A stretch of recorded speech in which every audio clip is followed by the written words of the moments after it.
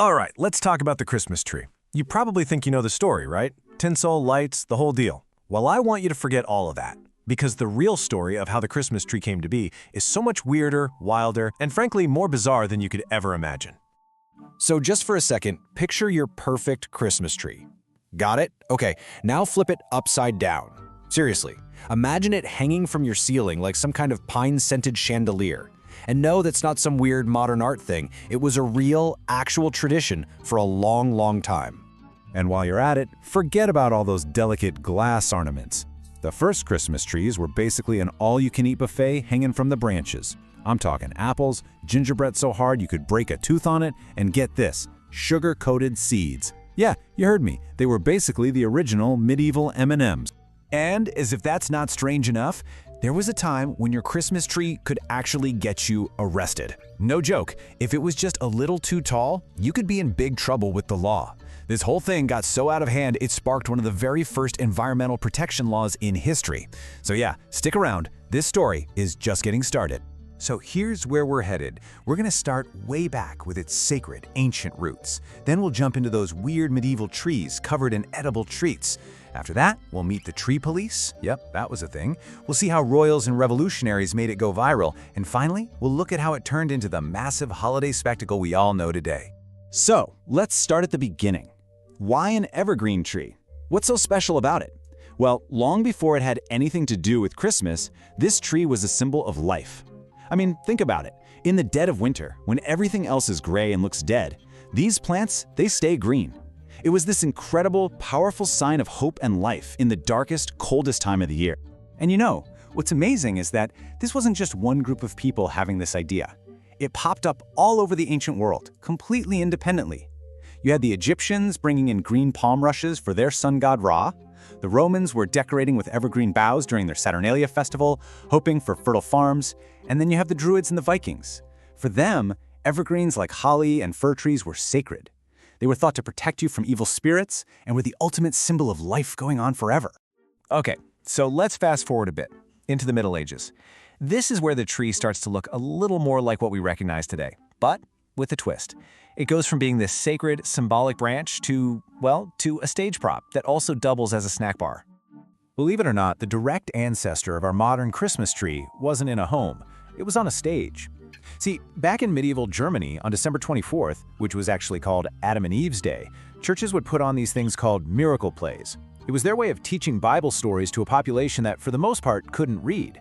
And what was the main prop for the Garden of Eden story? You guessed it, a fir tree, representing the tree of knowledge. So, to play the part of the forbidden fruit, they hung apples all over it. Obvious, right? But then they just kept going. They added communion wafers to symbolize redemption. Then came the really good stuff. Gingerbread, dates, pretzels, and, of course, those sugar-coated seeds we talked about. It became a sugar tree. And in some places, it was a tradition for local guilds to let all the kids come in on Christmas Day, grab the trunk, and just shake the heck out of it to get all the treats that fell off. How fun is that? But okay, who can claim the bragging rights for the very first public Christmas tree? Well, that is a question at the center of a pretty heated rivalry that's been going on for centuries. You've got Tallinn, Estonia on one side, saying their Merchants Guild put one up in the town square way back in 1441. But then Riga, Latvia is like, not so fast, and they point to their records from 1510. They both have slightly different stories, but they agree on one absolutely bizarre detail. After they danced around the tree, they burned it to the ground. All right, this is where the story takes one of its weirdest turns. Because before Christmas trees stood in the corner of the living room, they were hung from the ceiling, like a chandelier, a green chandelier. So you're probably asking, why in the world would anyone hang a tree from the ceiling? Well, it turns out there were some pretty clever reasons. On the one hand, there was a theological argument. Some people saw the upside-down triangle shape as the symbol of the Holy Trinity. But the much more practical reason? Most people lived in tiny one-room homes. There was literally no floor space. Hanging the tree was a genius space-saving solution. And as a bonus, it kept all those tasty edible ornaments well out of reach of grabby little kids and hungry pets. Okay, so as this tradition of bringing trees inside starts to catch on, a whole new problem pops up. A crisis, really. Everyone wanted a tree, and not just any tree. They wanted the biggest, most impressive tree on the block. It turned into this massive size craze, and it led to people just going out and illegally chopping down trees everywhere, threatening entire forests. So, what do you do when Christmas cheer leads to deforestation? You bring in the tree police. Seriously, authorities had to step in and pass laws. There's this one ordinance from 1561 in the region of Alsace that is just wonderfully specific. It says, and I quote, "No person shall have for Christmas more than one bush of more than 8 shoe lengths." It was a direct shot at stopping both the illegal logging and the crazy holiday one-upship between neighbors. And just so you have a sense of scale, what exactly is 8 shoe lengths? Well, it's about 4 to 5 feet tall, which is not that big, right? It's just amazing to think that this simple folk tradition got so popular, so out of control, that the government had to step in and literally regulate the size of your holiday decorations. Okay, so we've got this quirky, kind of strange German custom. How in the world does it go from that to a global phenomenon? Well, it took a perfect storm of a few key things: a religious revolution, a royal tastemaker, and the power of mass media, Victorian style. So first up, the Protestant Reformation. There's this great legend about the man himself, Martin Luther. The story goes that he was walking home one night, and he saw the stars twinkling through the branches of the evergreen trees, and it was just so beautiful. He was so moved that he went home, chopped down a small fir, brought it inside, and put lit candles on its branches to recreate that magical sight for his kids.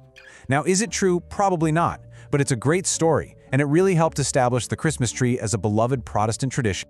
Now, the idea didn't spread overnight. It took a while. German Hessian soldiers brought the custom to America during the Revolutionary War, and Queen Charlotte, who was German-born, actually had a tree up at Windsor Castle way back in 1800. But the custom stayed pretty niche. The real explosion, the moment the Christmas tree truly went viral, didn't happen until 1848. So in 1848, a magazine in London published this drawing of Queen Victoria, Prince Albert, and their kids gathered around a Christmas tree. Total royal influencer moment. But then, 2 years later, an American women's magazine, Godey's Lady's Book, reprinted the image, but they did a little editing. They basically photoshopped it Victorian style. They removed Queen Victoria's crown and took off Prince Albert's very distinct mustache. And just like that, it wasn't a picture of the British royal family anymore. It was a picture of a fashionable, wealthy American family.